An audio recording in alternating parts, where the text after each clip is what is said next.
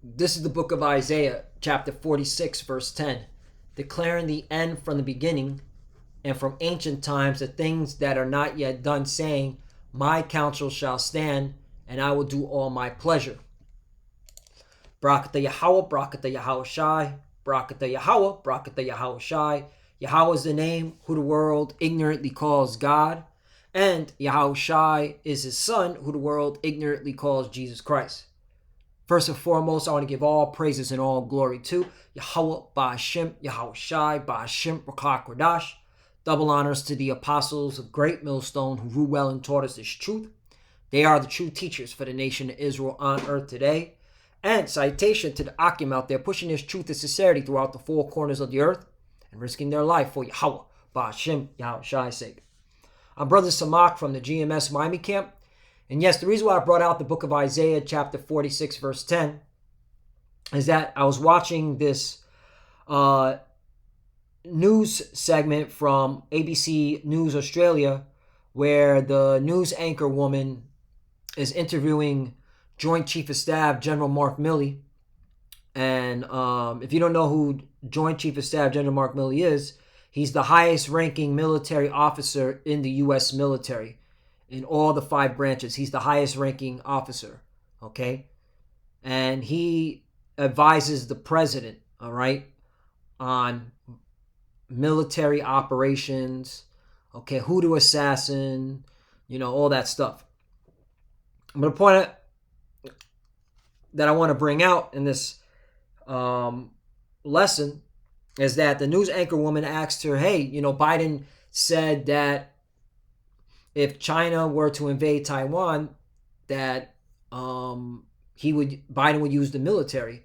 And General Mark Milley, in a roundabout way, basically agreed to that. All right. And then she asked him, hey, what about your ally, Australia? Would they participate in the into stopping China from invading Taiwan? And he said, yeah, we've been allies with Australia since World War I. And newsflash, okay, just because you're Confederate with Australia doesn't mean that they're going to go along with you in the fight against China. All right, they have interest with China too. So let me play this out because you could clearly see the Lord is stirring up the pot for World War III. All right. And again, World War III is not going to pop off until they make the digital all mandatory. And World War III is going to start in the Middle East when you see the 1948ers lock horns with the Persians. And already, if you haven't been paying attention to the news today, the 1948ers are getting hit with rockets and they're retaliating. And I just saw breaking news, rocket siren sound in a 1948er city. This is breaking news from Sputnik. So let me play this video because World War III is brewing up, okay? And you could clearly see that America, you're going to go into this by yourself, all right? You're going to go into this by yourself. Let's play it. Biden take you by surprise when he stated categorically that the US would defend Taiwan militarily if China invaded?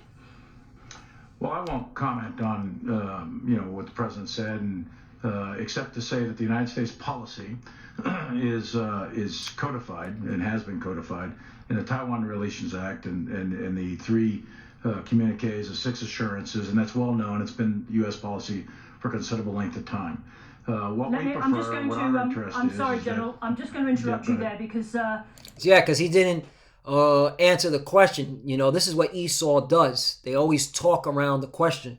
All right? So she's going to interrupt him and, rephrase the question again. And notice where he's located at. He's located in Canberra, Australia. All right? Why was he there? All right? Because Nancy Pelosi was going to show up there a couple of days from when this video segment took place, because this was July 27th, and Nancy Pelosi was there, I believe, a day or two ago. All right, so that's how America moves. They got to bring in their generals, they got to bring in their operatives, make sure that the coast is clear so they can bring in these weirdo Congress people, okay? So that's why he was there. This is in Canberra, Australia. Continue. The president is the commander-in-chief of the US military, and he said that the US would defend Taiwan militarily if China invaded. Is that him asking you to prepare for that? Well, we are always prepared for all kinds of different contingencies, and it would be I don't think it would be wise for me to broadcast on a media what we prepare for in the future. I would just leave the policy as it is, and obviously we take our direction from the commander-in-chief. Right, and that's another thing. When the Fox News and CNN, when they start putting some like war propaganda, all right, that's not really what's going on, all right, because again, what this general just said, we will not broadcast it on television, right? And you never want your enemy to know what you're gonna do, all right? You move in silence when you attack, okay? I just wanted to make that point. That's why you gotta when you see what's going on in the news, you got to filter it with the scriptures. Okay, this is happening. Okay, we're getting close to this. All right? And again, we're not getting out of here until the digital audit is made mandatory. All right, continuing on. Is directed. And I would tell you that we are quite prepared to deal with any contingencies that occur. In the event of war in Asia, the US would expect its allies to join a coalition. If Australia were to say no, how much damage would that do to the alliance? The United States and Australia have been key allies ever since World War I, so well over 100 years. And we've been shoulder to shoulder. and I think both of our countries share similar values. We have similar outlooks and we have similar policies. Well, you're wrong, General Mark Milley. All right? Australia is not going to back you on in the fight against China. They have too much at stake. They're close to China in terms of a nuclear weapon being launched on their country, and they're not part of NATO, okay? They're not part of NATO. In fact, here's the website when it comes to NATO and Australia relations. It says NATO and Australia are strengthening relations to address shared security challenges. Australia made significant contributions to NATO-led efforts in Afghanistan as one of the top, here we go, non-NATO troop contributors, okay? And is active in NATO missions Iraq as an operational partner, right? Okay, so Australia, they have the right to choose whether to go to war whether to go to war with another country. Okay, and they're not going to go to war with China. All right, in fact, they're going to be against that. All right, let's bring out this because the scripture says this. All right, that's why I brought out. Let me read Isaiah 46:10, declaring the end from the beginning and from ancient time the things that are not yet done, saying, "My counsel shall stand." Meaning the Lord's purpose, all right, shall stand, and I will do all my pleasure, right? And he's going to have it where you're, okay, your supposed allies, whether they be of NATO or non-NATO allies, are going to be against you, all right? Because this is the book of Obadiah, chapter 1. Well, there's only one chapter, verse 6. How are the things of Esau searched out? How are his hidden things sought up? Right. And this is the Lord, all right, doing this by using his servants, the prophets, to reveal, okay, his will, all right, and show that, this man Esau, Edom, is divided, all right, he's going down, all right, even his own allies, all right, looking at him sideways, okay, and let's not forget, remember, not to go off on a tangent, France didn't forget that the deal that you snaked from them, all right, in terms of you and the UK, America, making a deal with Australia with them nuclear-powered submarines. France didn't forget, all right? And this is the Lord, again, revealing a lot of things, all right, so that you fall as a nation, because once America goes down, you go down as a people. 7, here's the point. All the men of thy confederacy have brought thee even to the border. The men that were at peace with thee, like Australia, have deceived thee and prevailed against thee. They that eat thy bread have laid a wound under thee, there is none understanding him right. So you can say all you want, 100 years, we've been shoulder to shoulder, we share common values, all right? But the Lord said, those that you're confederate with, all right, the men that are at peace with thee have deceived you, okay? Now I want to read this article right here, and Lord willing, brothers and sisters, you're following along. This is from Asia Times. It says, new Australian government should renew ties with China. The anti-China policy of the previous Liberal government did not serve Australia well. Australia's new Labour government will do well to emulate neighbouring New Zealand and reap the benefits of a balanced relationship with China. A good start for Prime Minister Anthony Albanese would be to abandon the US-inspired anti-China policies of the previous Liberal government. Making China a strategic competitor will not serve Australia's national interests. For example, the Australian government followed former U.S. President Donald Trump's policy of barring Chinese telecom companies from participating in its rollout of fifth and generation technology, which culminated in higher costs and held back its 5G rollout. So that's one reason, of many reasons, why Australia is not going to back you against China. All right, and I'm just speaking as a man. I don't see America even getting the military involved in Taiwan. If China were to sack Taiwan, the only thing the military would do was just raise propaganda hell on the national television and fund rebel groups within Taiwan that are against that Chinese invasion, and that's it. Just like what America's doing over there in Ukraine. All right, they're just funding the Ukrainian war. All right, they're giving weapons, but they're not. And of course, you got your mercenaries, but they're not going to bring in the military force in that region, because again, the World War III has to happen in the Middle East when the 1948ers and the Persians lock horns, which is going to drag America into that war, okay, against Persia, which goes according to Ezekiel 38, all right? Because Russia will defend the Persians because they have interests, all right, in partnership with the Persians for a very long time. Moreover, dismantling Chinese-made equipment might not necessarily address the country's national security concerns because some of the alternative sources of telecom technology, Nokia, Ericsson, and Samsung products are made in China. That's why, okay? So economically, Australia would be a fool to go against China, okay? Furthermore, how he held it, that's how you know this guy right here, all right, what he's doing is just downplaying, all right, this situation, all right? But he knows Australia's not going to back America against China. And that's why America's not going to do anything if China takes Taiwan. They're going to sit there, all right, and look goofy. Costs of making... Let me read this part. Furthermore, Howie held a number of 5G patents, meaning that Australian telecom providers must pay loyalties in the Chinese company in any case. Besides, the Australian intelligence agencies, like those in US and UK, failed to produce any conclusive evidence that Howie products pose a national security threat. There you go. Cost of making China enemy. Here you go. This is a key part, man, and this is why Australia is not going to be on your side. In fact, they deceived you.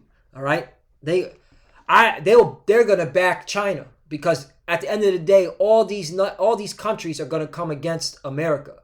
All right. During the past period of more friendly relations with China, Australia enjoyed almost 3 decades of uninterrupted economic growth. It was China's large purchases of Australian commodities in 2008 that prevented its economy from falling into the deep recession. Since then, China had bought large quantities of Australian resources, sent hundreds of thousands of its young people to studies in its universities as well as tourists. But the golden age of China-Australia relationship came to a abrupt end when the Australian government decided to follow the U.S. narrative against the Communist Party of China, insinuating that the CPC leak, notice how in the Eastern Hemisphere they call it the SARS, okay, Crown V, all right, 2. They always put SARS, which goes to show you, all right, that and SARS has been around for hundreds, okay, thousands of years, all right? Look up the origin of SARS, okay? Anyway, continuing on to the world. Barring Chinese telecom equipment, accusing the CPC of abusing human rights, bullying small nations, spying on or interfering in Australia's affairs, and coercive economic behavior, among other allegations. In retaliation, China stopped buying or imposed heavy duties on some Australian goods such as coal, wine, and lobsters. Many Chinese students and tourists stopped traveling to Australia because of visa issues exacerbated by the Crown you-know-what. While not sinking the Australian economy, the Chinese boycotts worsened Australia's Crown-induced economic woes. Why? So, you think they're going to do this again? Hell no. They're not going to they don't want to mess up their economy. And now, the whole world is in a global financial crisis where inflation's on the rise and debt is just piling up. Australia will be a fool to try to go against China, who they need, all right, to stimulate their economy, all right?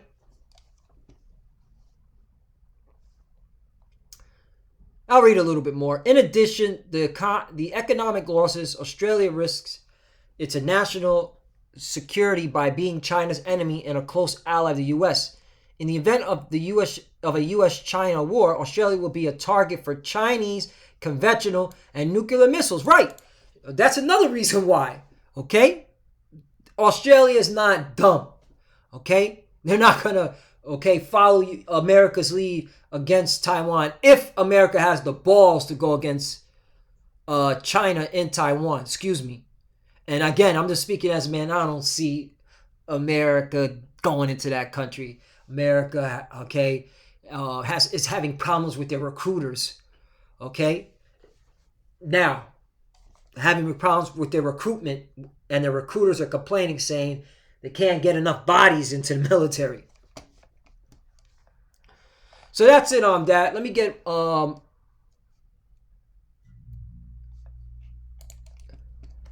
Isaiah 42:9. Behold, the former things are come to pass, and the new things do I declare before they spring forth. I tell you them right. And the Lord put it in the scriptures that, America's allies, those that America is confederate with, they're going to be against America, okay?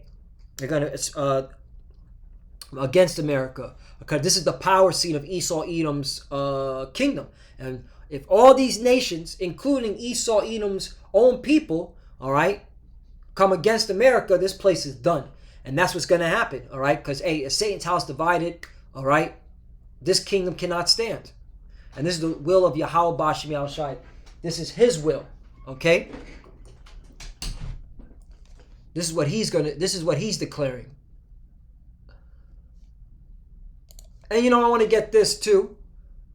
All right? Because, if the 10 hordes that are part of NATO are going to come against the whore, that means Australia, which is not part of NATO and is not part of the 10 hordes, is going to come against America. All right?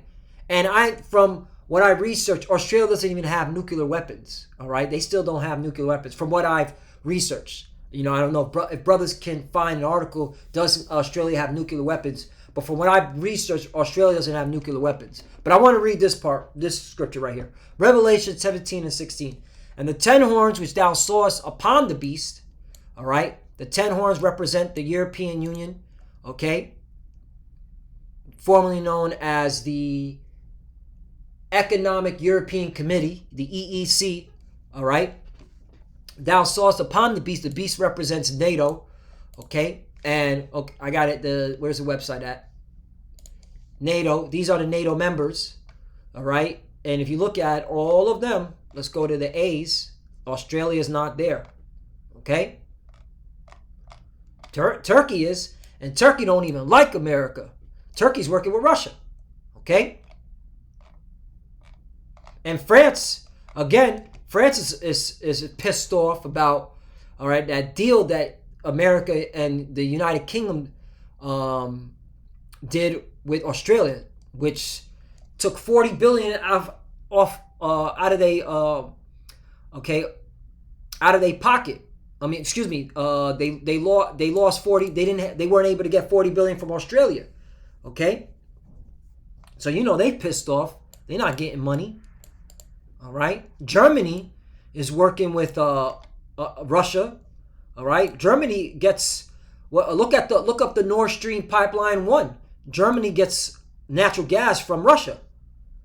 All right. So yeah, it makes you can clearly see that the beast is going to turn against Babylon the Great America. And the 10 horns which thou sawest upon the beast, these shall hate the whore, and shall make her desolate and naked, and shall eat her flesh and burn her with fire.